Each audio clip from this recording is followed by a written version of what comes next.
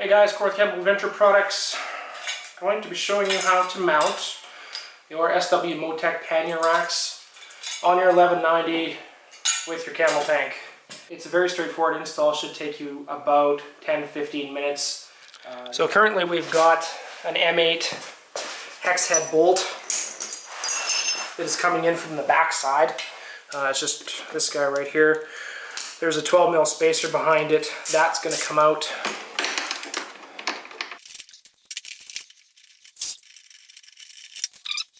So now I've got the bracket from SW Motech, the original bolt and the original long spacer on the top.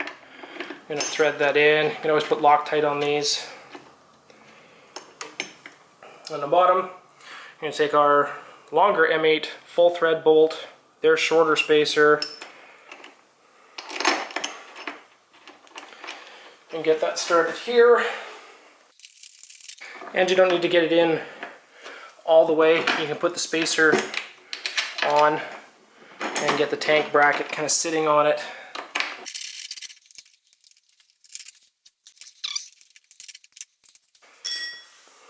And now we're going to add a nylock nut and washer.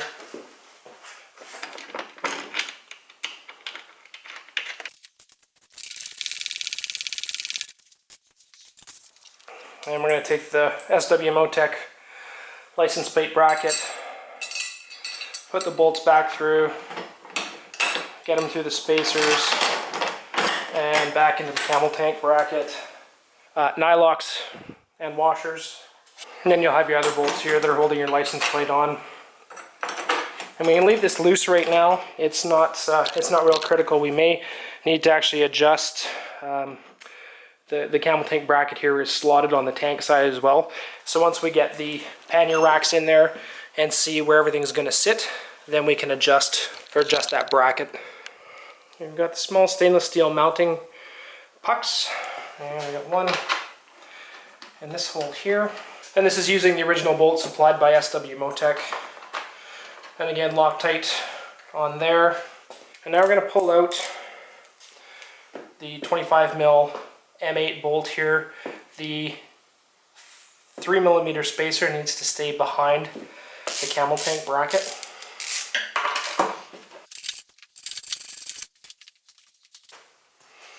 And we've included a longer countersunk bolt to fit onto this one. Go through there. That started through the Camel Tank bracket into the subframe, and then again with the horseshoe shim.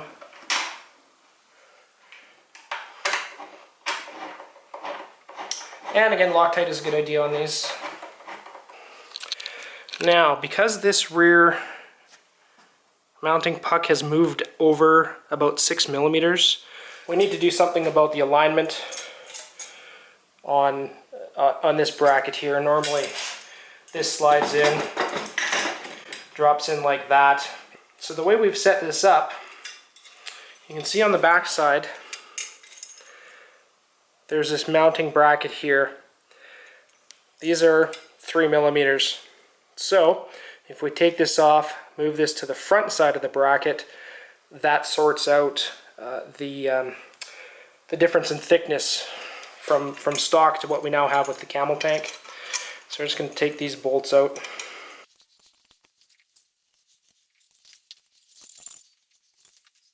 Unfortunately, it's not quite as simple as just swapping these.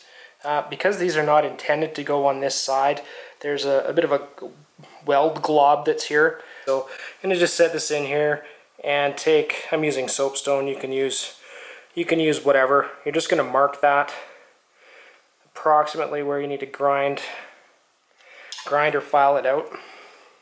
So if you have a bench grinder, you can make pretty quick work of this. This is just aluminum. If you have an angle grinder with a flap disc, that'll come out very quickly.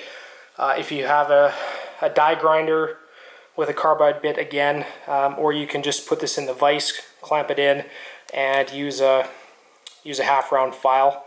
And you may have to check it a couple of times to see whether you have enough material taken off. So I'm just going to do that right now.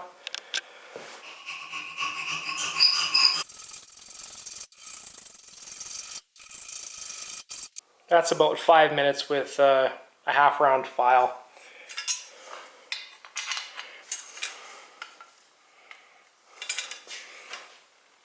And it fits in just like it needs to. So you can take the bolts to put them back in. You want to put the button heads here. We're going to put them on the back side. And the nuts coming through. Okay, so we got these guys tightened up with some Loctite. You see that there's 2 bolts in here instead of the 3.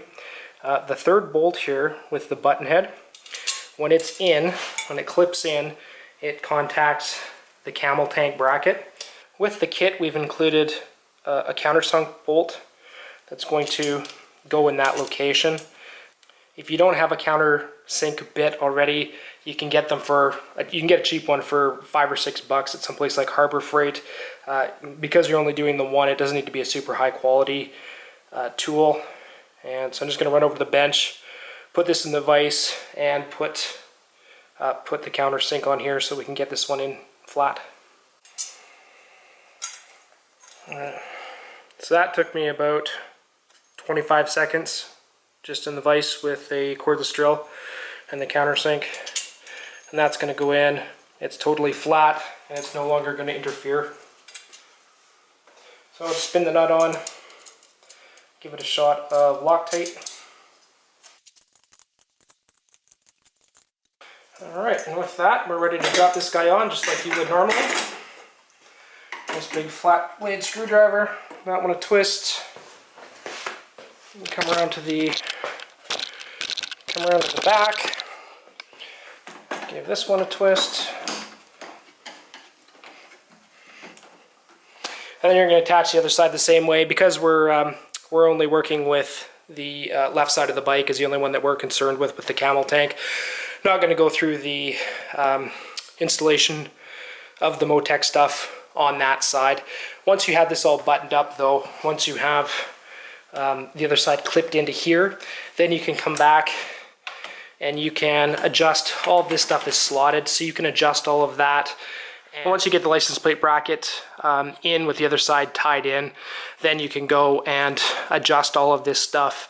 As always, Loctite is a great idea. So that's the install video for the SW Motech racks on the KTM 1190 with the Camel Tank.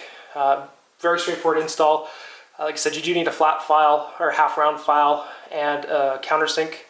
And other than that, it's all the same tools as you used to originally mount the tank.